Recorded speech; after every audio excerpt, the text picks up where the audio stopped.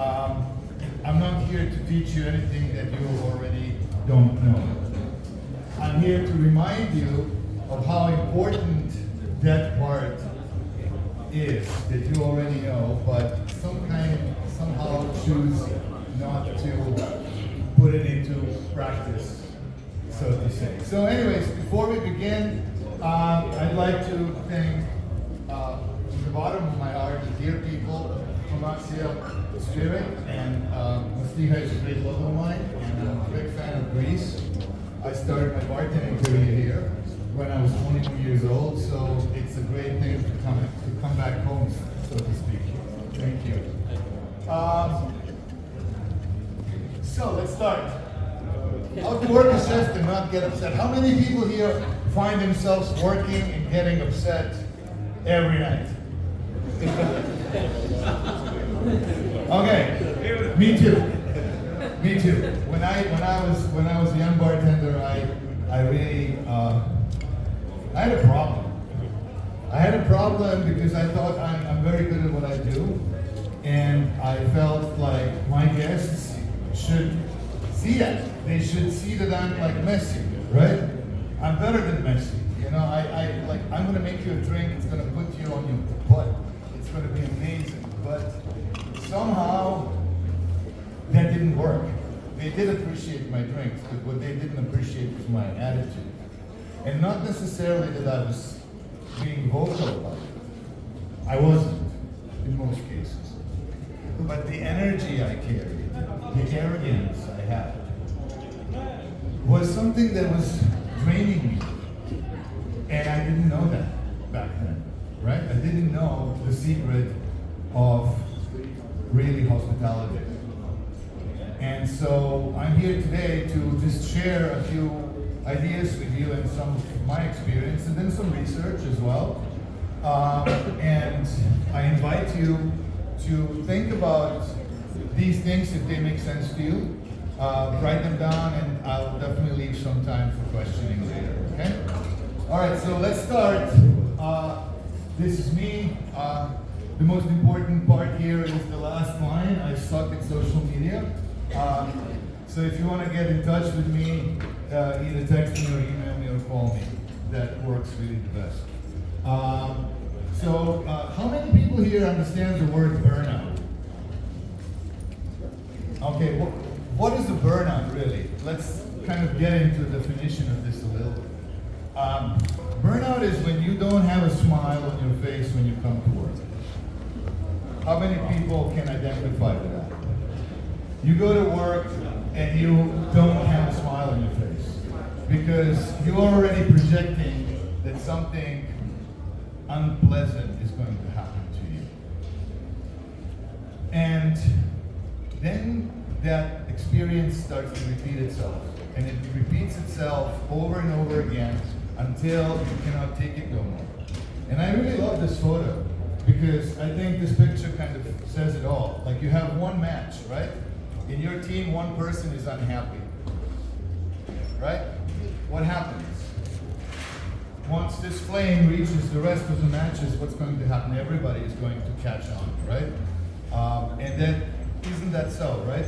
Don't we have that experience that when we work with somebody who's negative and complaining all the time, that they kind of infect others, right?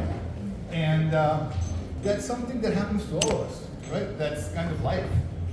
But we have a different thing here going on. It's not about us here, it's about our guests. And our guests are the reason why we do this. Don't you think? Yes. Right?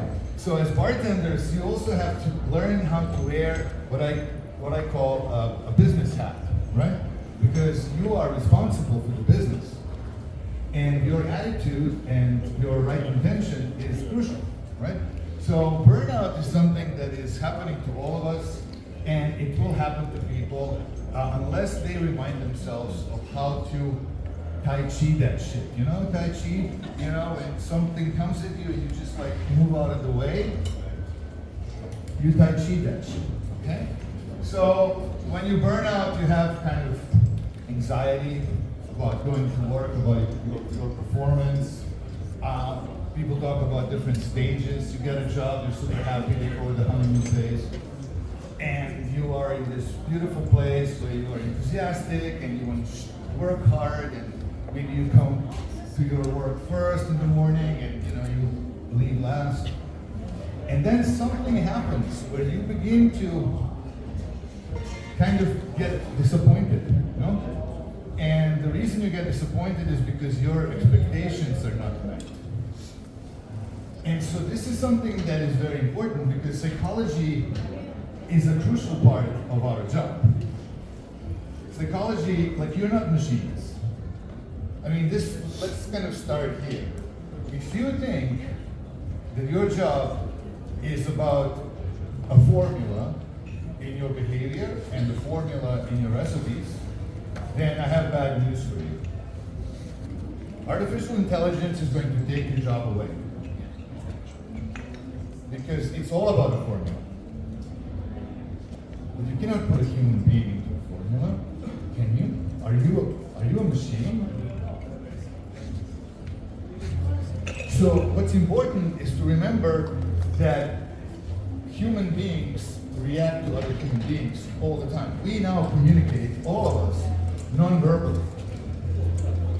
We communicate, if you will, in certain kind of frequency. And that frequency is something that makes other people either comfortable or neutral or uncomfortable, right? So what's the proof? Like, you walk into a room in which two people have been fighting before you come in, and when you walk in, they stop. Do you sense something is off? Of course you do. That's that nonverbal communication, right? So that's really important because people forget about how much that happens. Excuse me.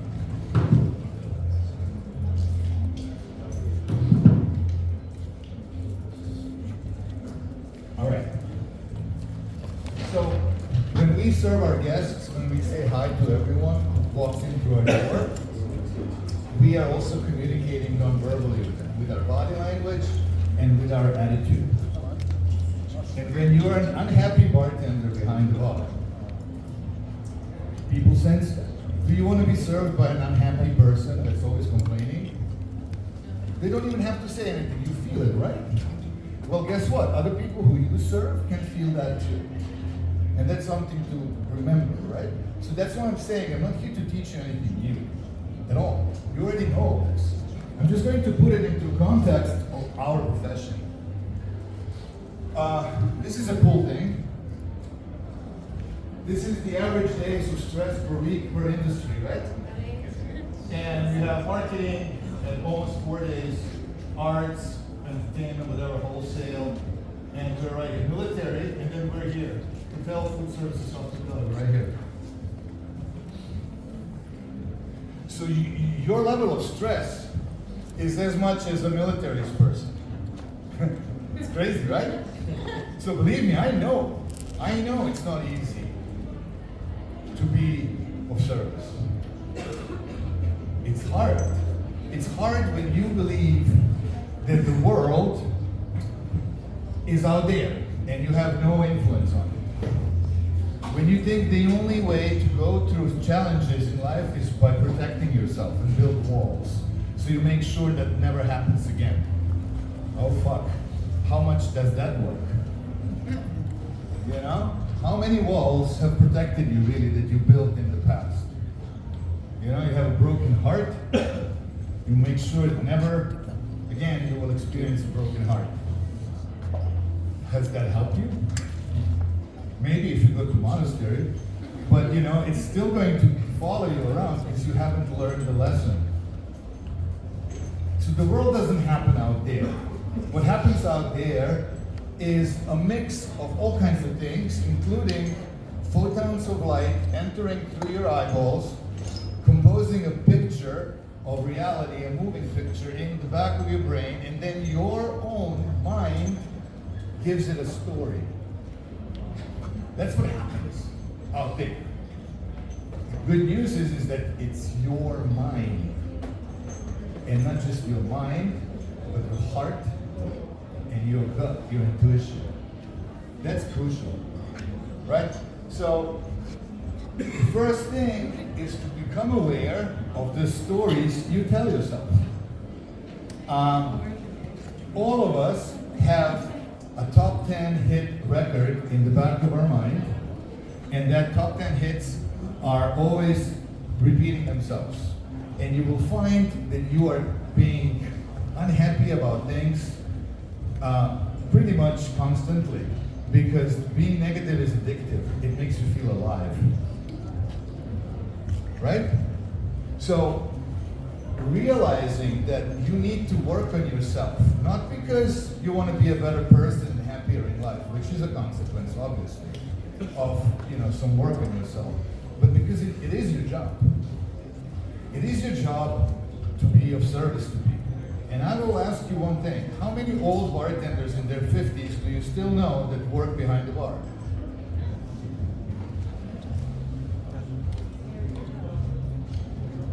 How many? It's tough. It's hard to survive this. It's very hard to survive this.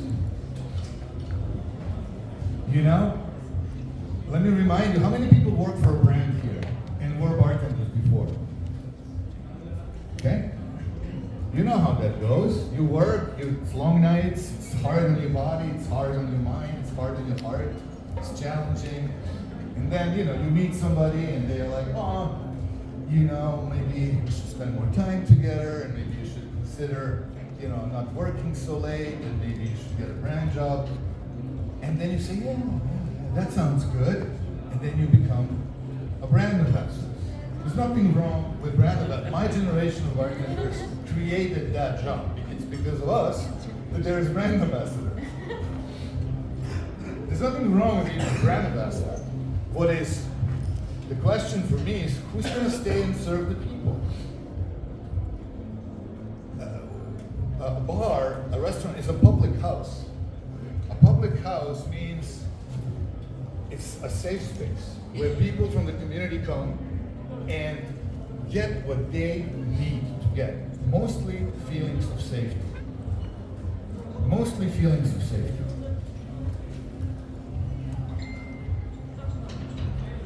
And that's what your bar should be. So, working on yourself also means being brutally honest. I have made mistakes in my life so much. I have made lots of mistakes. Personally, emotionally, professionally. And there was a time when I wanted to give up because it was too much. But somehow that wasn't in the cards for me. One day I woke up and I just, like Rocky, when Apollo Creed beats him. So at some point I kind of just got up again. And I never felt better in my life. And that's because you're doing something that is in alignment with your path in this life, if you believe in things like that. So being of service to people, for me now, in my age, is a privilege. Not everybody has the chance to be of service to others. You do. And you have the chance to change somebody's day. And I won't bother you with psychology now, because who cares? Right? Who cares? I want to just remind you that you are the same person like your guests. In other words, all of us have a broken heart.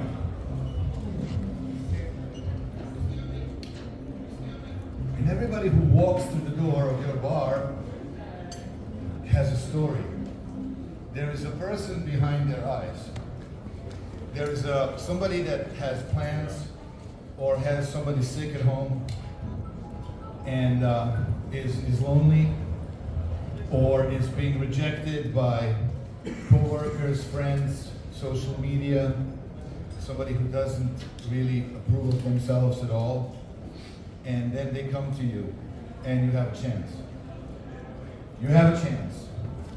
You have a chance to make them feel a little bit different so that they remember you. And we'll talk about this. We'll talk about this because I think this is the only thing I really have to remind you of is that. I'm not here to teach you recipes. You're already better than me, as you should be. Although I'm really good. Emotional intelligence is very important. You hear people talk about that. What does that really mean for us? It means that you focus on the other person. That you just kind of, I hear from women a lot when they complain about their boyfriends or husbands. I hear that they're complaining mostly that they are not being heard. Does that make any sense to the ladies? Yes. Why don't we listen? Why don't men know how to listen? Well, because we are programmed to fix things. And when your darling comes and starts telling you about a particular problem, you tend to instinctively try to help her. But you're making a mistake. She's not asking for help. She's not retarded. Okay? She's smarter than you, probably. So, all she needs is to be affirmed, validated, and approved of. That yes, you're not crazy, that problem is valid. And you should ask, what do you think that you're going to do about it? That's all. Same thing with our guests. You can't help. You don't need to assert yourself intellectually, creatively. When they ask you to recommend something, then by all means, please do. That means that the person has trust, which is a good thing for you, because you have built trust. And how difficult it is to build trust in life. How many people here find it hard to trust others? It's of course, that's the part of these walls that we build, these protections, right? We have been burned before, and therefore, why take a chance? It's a survival instinct that we have, psychologically. So, obviously, when you're working with guests, you cannot have that. Guests are given the trust. It doesn't mean that the guest is always right. I actually don't believe in that. And we'll talk about this too. So emotional intelligence is something you build over time. What I do in seminars like this, I don't hope to do much except for plant a little seed. And when you are experiencing something that we're going to talk about, maybe you will be like, this is what that crazy Serbian was talking about. So, and maybe that seed will then take on, and maybe it will help you have a better time with yourself. So working on self is really important. Try to really put yourself into somebody else's position. Somebody that, hurt you, or you hurt them. And try to see how it felt for them, for real. Then things change. Things change, right? So emotions are, this slide is cool because it shows all kinds of emotions that we have. But the kind of the title is how are you feeling? I'm like, when are you feeling? Because we're going through these emotions all the time, every day. But we're not aware of that, are we? We kind of take it as a given. This is kind of who we are. But is that who you are? Somebody that is unaware of what's going on inside of them? Is that a way to live your life? And I'm not talking about control. Don't get me wrong. Because trying to have control over life is like having a square peg and try to push it through a round hole. A lot of people do that all the time, and they hurt themselves. Don't do that. Find the ball that goes to the circle, right? So, taking care of your body. I'm a bad example now, but I used to be super fit. Now I'm fat, but that's okay. It will go. But taking care of yourself and your health is really important because your physical body is kind of a projection of your inner state, which says a lot about mine. But have a fulfilling inner state, obviously. But seriously, giving yourself time to check on how you feel. Now you're young. I was young once too. I remember it was cool. I could work a full shift, come home at 6 in the morning, have a few hours of sleep, and then go play football or soccer with my friends. Now, no way. Right? So, taking care of your body doesn't just mean exercise, which you already do behind the bar, by the way. I think it means mostly nutrition, alcohol intake. I'm the last person to tell you not to drink, because I love to drink. But you gotta give yourself a break once in a while. You know, like the different religions propose certain periods of fasting. That's for that purpose. I believe that in our industry we need to kind of adapt a more radical approach where you can go 3 months on and 3 weeks off. And at your age, that's perfect because you give your body a chance to rejuvenate, especially your liver. And then also you sleep better when you're sober, no? What else is better when you're sober? Men, how about sex? Come on. Right? Things are better when you're sober because your body is aligned. But of course, if you choose to drink, drink. But give yourself a break so you can experience the different qualities of your inner state. Okay? All right. There's a really cool website based out of London. It's called the Burnt Chef Project. And I invite you to go and check them out. It's basically a platform that helps people in our industry to go through burnout, to seek help, to get recommendations, and to basically have a community where they can exchange information and help each other. And I support them. I think they're amazing. And I invite you to, if this is interesting for you, to really give them a chance. So, you know, they're saying here what is in your control. This is a really cool slide to kind of dig in. Most important is what I give my energy to. All of us have a certain,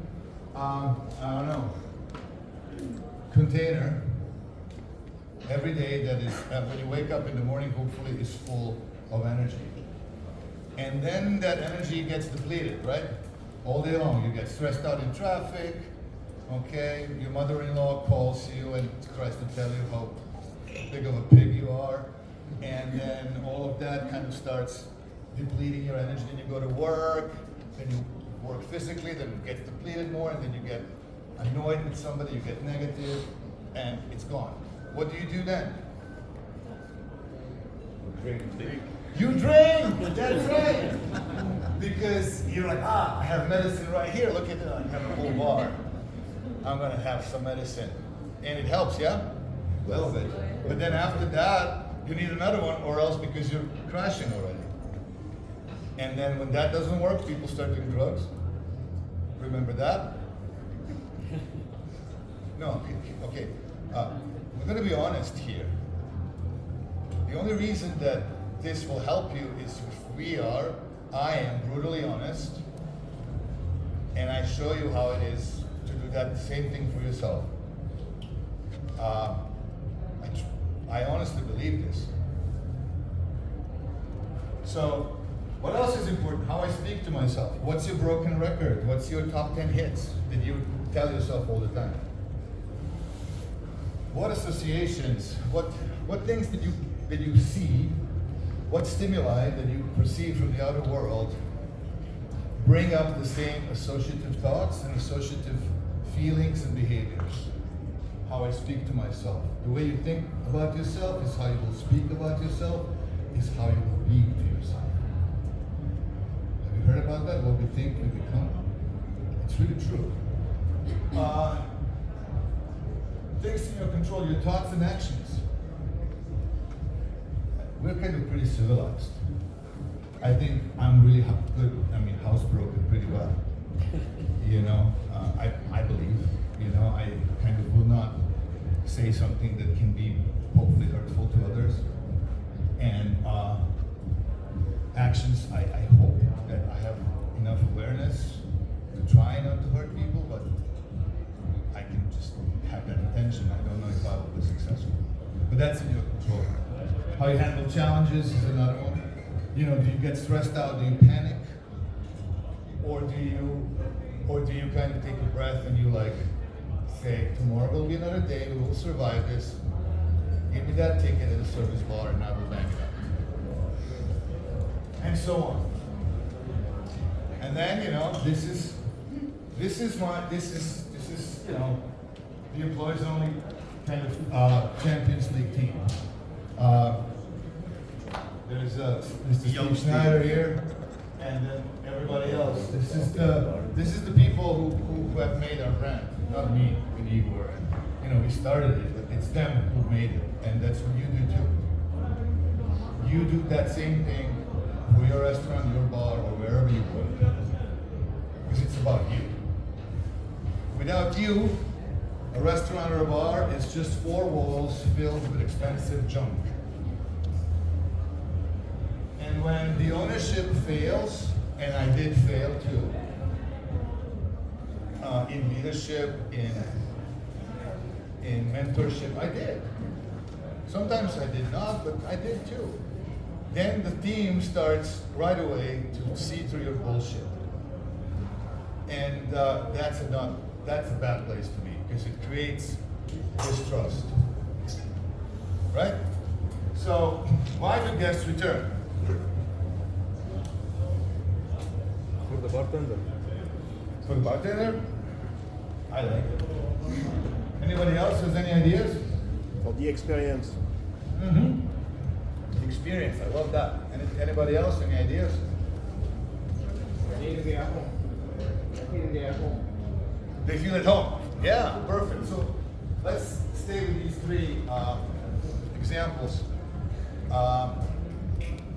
The bartender, the experience, and they feel at home. What does that kind of all have in common? Social ritual. It is true. Yeah. But what's the emotion behind this? Acceptance. It's you go somewhere you feel safe, where you feel approved of. That you can come in and shave your head and come in and nobody's going to be like, now you're a fat embo, But they're like, come on, it looks good. Let's have a drink. So I think that today it's pretty much impossible to win the game of what I called clarified molecular gastronomy and mixology. You cannot win in that game. Nobody will remember you besides Instagram for 3 seconds. Nobody will remember your creativity unless you do it in front of a person with a full heart. I'm not saying don't be creative. I'm saying that food like this, which is amazing, and drinks like this are not the reason why people will return. There has to be something else. Hospitality is about a human experience. Everybody who brought out examples, I think they all relate to a human experience, an emotional experience. I live in a really small town, really small, like you guys have here in Greece a lot of beach towns. So I live in a small beach town of 5,000 people. I'm the only person with an accent, and I don't fit there. I don't surf, I don't golf. I'm just different than them, but I fit in really well because they have a dive bar. And I love that dive bar because I go into that dive bar and I even learned the rules of baseball. Can you imagine? I like the San Diego Padres. It's my team. So the idea is that dive bar makes me feel so much happier and safer and approved of and connected with others than pretty much any cocktail bar I've ever walked into in my life. I found my own cheers, you know? And also I'm old, so maybe I'm looking for different things, right? So I think what the guests really want is a connection with you, with the ownership, with other guests. They want validation, just like they want to be validated. Yeah, you exist. You matter, man. You're important. Whatever you want is okay. What's the definition of best drink? Anyone? Come on. The one in my hand. The one in your hand? Good. What else? What do people think? Whatever you like, man. The best drink is the one that the guest orders, finishes, pays for it, gets another one, and pays for that one too. That's the best drink. I don't care if you have a Rotovapor, a Spinzol, Enzyme. I don't care. I don't care what the drink is. It could be canned, cut water, RTD, ranch water, whatever it is. I don't care. I really don't. I used to care. I used to think, you shall not drink this or that. This is, we will never carry this. So stupid. I was missing the point. Okay? So, yeah. The guests are not always right, I believe. Okay? They cannot abuse staff or other people. They have to pay for their drinks. They cannot drink for free. And they can never be violent. That's the rules that I believe most civilized people that walk to the door of your place will check. And then you, if they do that, then you need to make sure that you treat them with the best hospitality you have. So, this seminar was announcing that I will do the experiment, and I don't have time, sadly, to do the experiment, but I'll tell you about it. There's some people here who have taken part in that experiment, and I've been doing it for, I want to say, at least 15 years, where I would take, in a seminar like this, I would have somebody prepare the ingredients of the Negroni all pre-measured out, right? 2 different sets, in a separate glass. You have gin, you have bar, you have vermouth. Everything is poured out exactly the same. You have 2 sets per person, and you have, for example, 3 bartenders come out, and before they make the first drink, and the way they make the drink, everything is as controlled as I can control it. I have a 1 shaker full with 10 ice cubes. And what I asked them to do is to just take these pre-measured ingredients, pour them into that shaker, and do a 10-round swirl like this, and then strain it into a glass. So come as close as we can to be kind of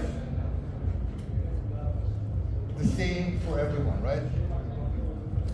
So before they begin, I take them on the side, I tell them so that nobody hears, make them believe that the first drink they're going to make is for someone that they hurt the most. No, actually, that hurt them the most in their life. Excuse me. So somebody who broke their heart, somebody they dislike, they don't trust, somebody who's dangerous in any way. And I make them remember that and keep it with them when they go and make that drink. And then they pour it, and then I take to the side. Now we kind of cleanse that, and then we say, okay, now think of the opposite.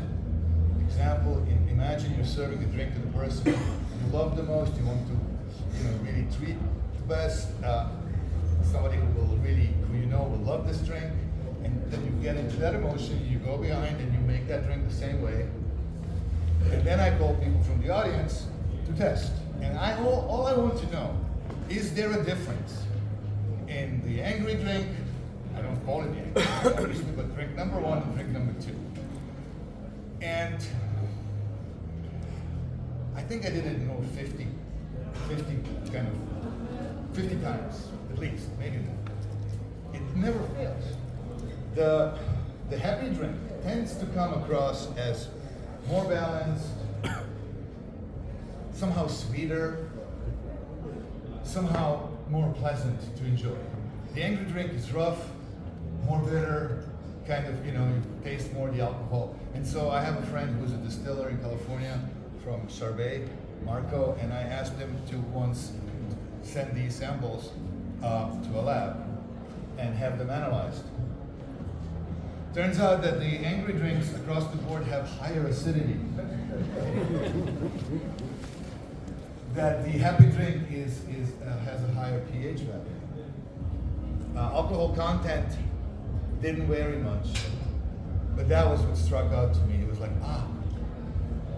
because like acidic stuff is inflammatory on your biological level, but also it carries an energy, right? That angry drink carries a signature that when, you kind of you taste that somehow.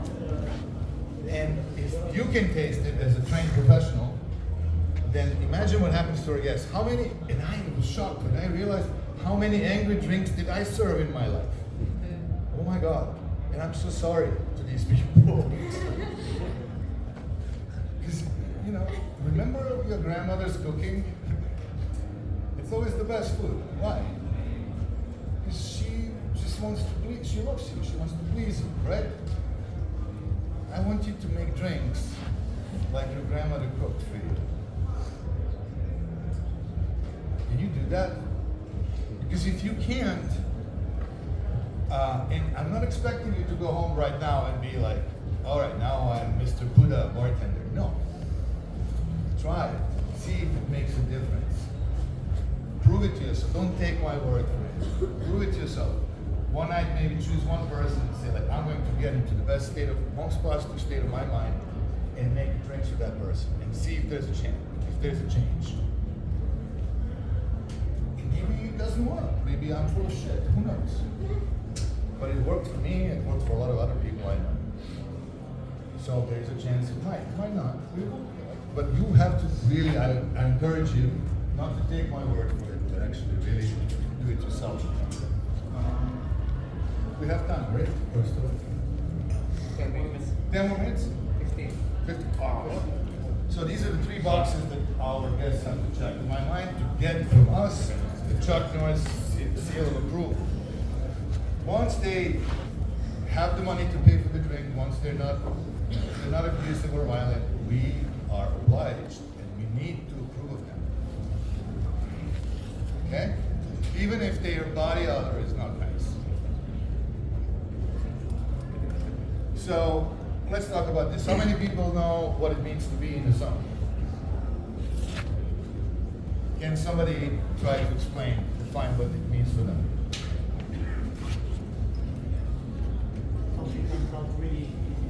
Yeah. So when you're in the zone, let's say behind the bar, when you're in the zone, how does it feel? Like, is it an energy increasing process or an energy decreasing process? Flat.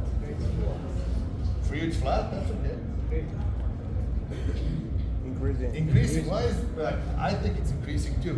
Why? Because flat is a good explanation, but I think it's a good explanation for kind of your general state where you just focused on only one thing. What you're doing right now and what possibly is the next step, right? You're not thinking about a sandwich. You're not thinking about, what you need to do tomorrow. You don't have any regrets about the past. You're just here now. That's why you're in the flow, in the zone. The athletes, when they play sports, professional sport, they do that. The musicians on stage, they're in that state. You are in that state when you're behind the bar. Can everybody kind of...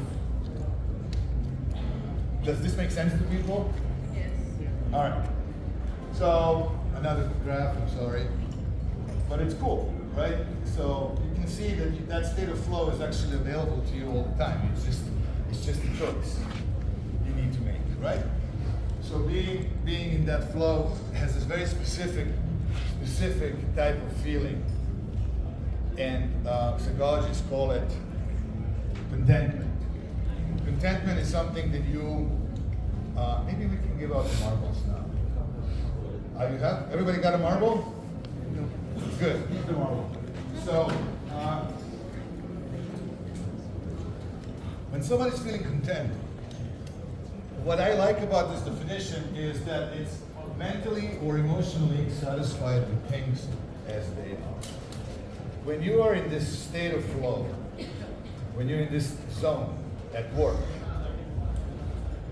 you are okay with whatever is, right? You don't need the situation to change. Yeah? And so, I'm going to help you. I'm going to help you to remember this.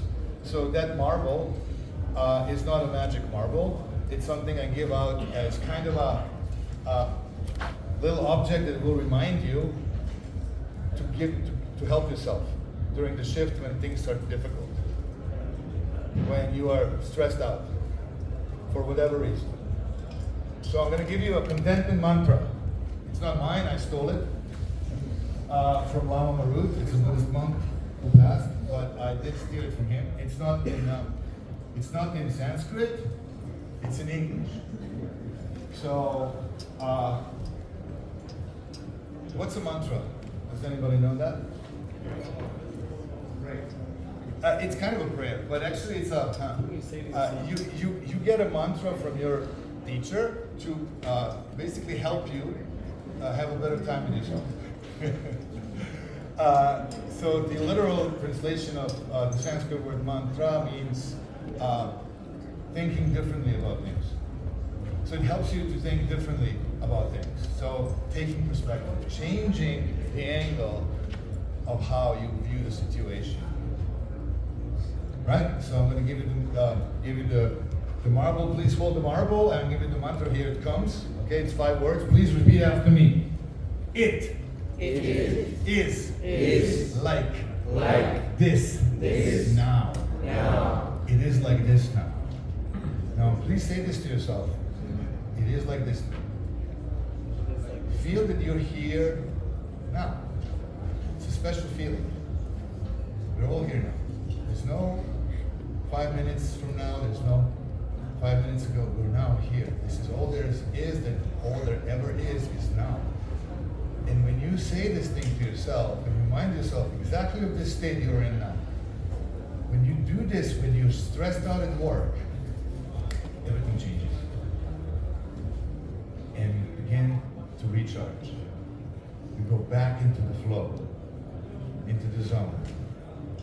And guess what? The guests love it. Because everybody wants to be around people who are in the zone. It's attractive to be in the here and now. It's not attractive to be obsessing about, the past or being anxious about the future. That's not attractive. Everybody else is doing it. That's not extraordinary. Yeah? So, it is like this now. Don't confuse it with it is what it is. What's the difference between it is like this now and it is what it is? Huh? When you say it is like it is what it is, you are already admitting defeat. Meaning, your hand that has the big, square block is not fitting into the round hole, and you're hurting yourself, and you're like, fuck it. It is what it is. It doesn't fit. So it's a passive thing. When you say it is like this now, it's an active thing. You're taking responsibility.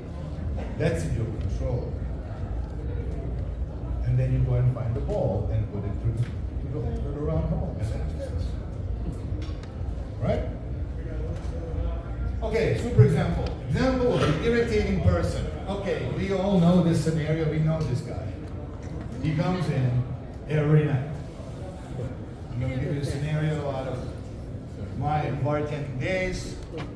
Friday night, New York City, full moon.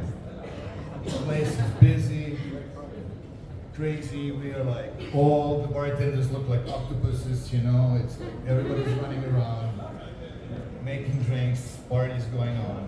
And all of a sudden in front of me, there is Chad. Chad walks in. You all know Chad.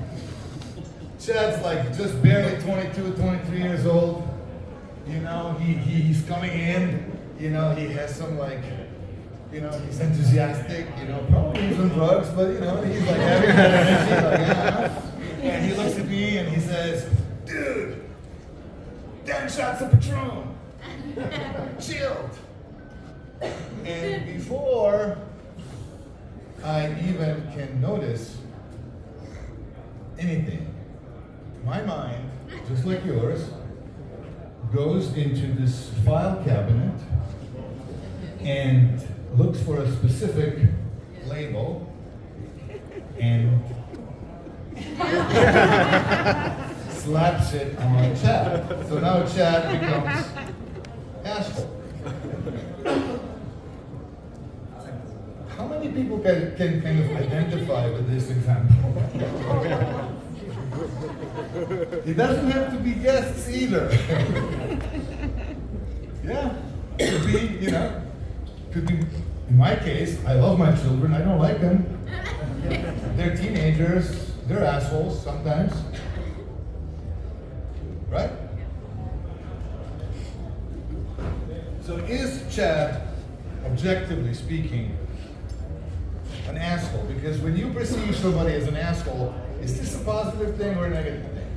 It's a negative thing, because there's something that is in the back of your subconscious mind disagreeing with the existence and behavior of this person, making you feel unsafe. And when you're feeling unsafe, it's not pleasant, right? Fear, it's all fear, right? Well, what are you afraid of? How is Chad so scary that I have to label him as an asshole? That's the first thing I would ask myself, right? But is he objectively an asshole? For Chad to be objectively an asshole means that everyone who ever meets Chad, all of the whole world, will have the same reaction to Chad. Is that possible? I mean, at least his mother loves him. If not his mother, his grandmother certainly loves him. But I'm sure other people like him and don't think of Chad as an asshole. Right? So all of a sudden, I'm active. Meanwhile, I'm turning around, grabbing the shaker, grabbing the bottle of Patron, pouring 7 shots, because I have ice that will, because he wants to chill. I also have my business hat on, right? So I put 10 shot glasses, and while I'm shaking, I'm remembering that Chad is just like me. I don't know why he's here tonight, but let's say that a possible story is that, his girlfriend left him today. And the only thing he knows how to help himself in this situation, he's hurting. He gets with his friends, buys some drugs, and comes to the bar and tries to medicate his pain. Now all of a sudden, he doesn't look like an asshole. He looks like everybody else I know in life. He looks very much like me. So what I've done is I don't know if that's true, by the way. If he's really brokenhearted, maybe he's just nuts. But it helps me to think that he is, and he feels that I am accepting him. All of a sudden, we're brothers in the human family. We are. And so that changes that. And so I then pour these 10 shots. I ask for whatever, $95, whatever the fuck it is. I ring it in next. And the whole negativity thing, the asshole thing is evaporated. Now, what I'm proposing isn't really easy. But it's not that hard either. You already know what to do. You just have to remind yourself that your perception is never really the reality. Or at least, it's not objective. And that's how you can use your intellectual mind, because you're all super smart, to change things and help yourself. right?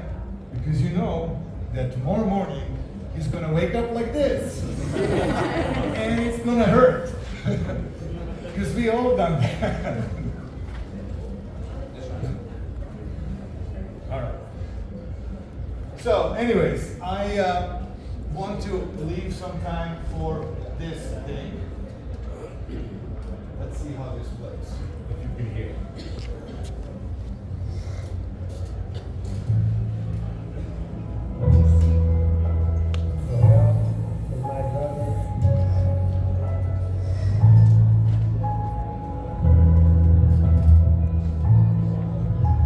If someone says, I need a female, okay?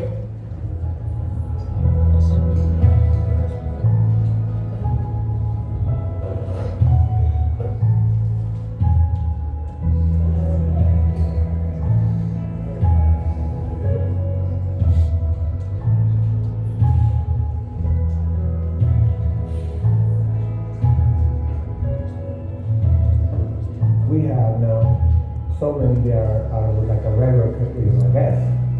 So we know them what they want to eat. Some of them they have teeth problems, and we give them this bonus ticket. Then there was the alcohol and those drugs and mix. A lot of people have teeth problems. Once upon a time, I was in a similar situation where I didn't have enough money to eat for next day, You pass by a restaurant, but never be able to go in.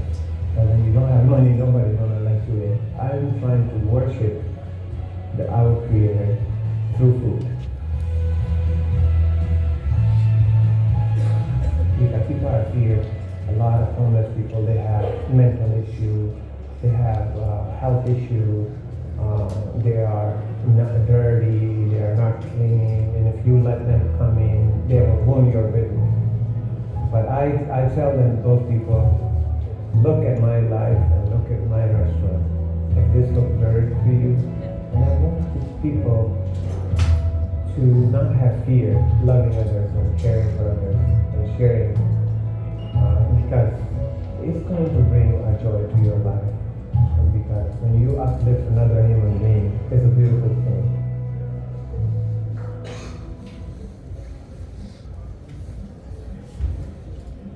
Thank you, guys. Thank you so much.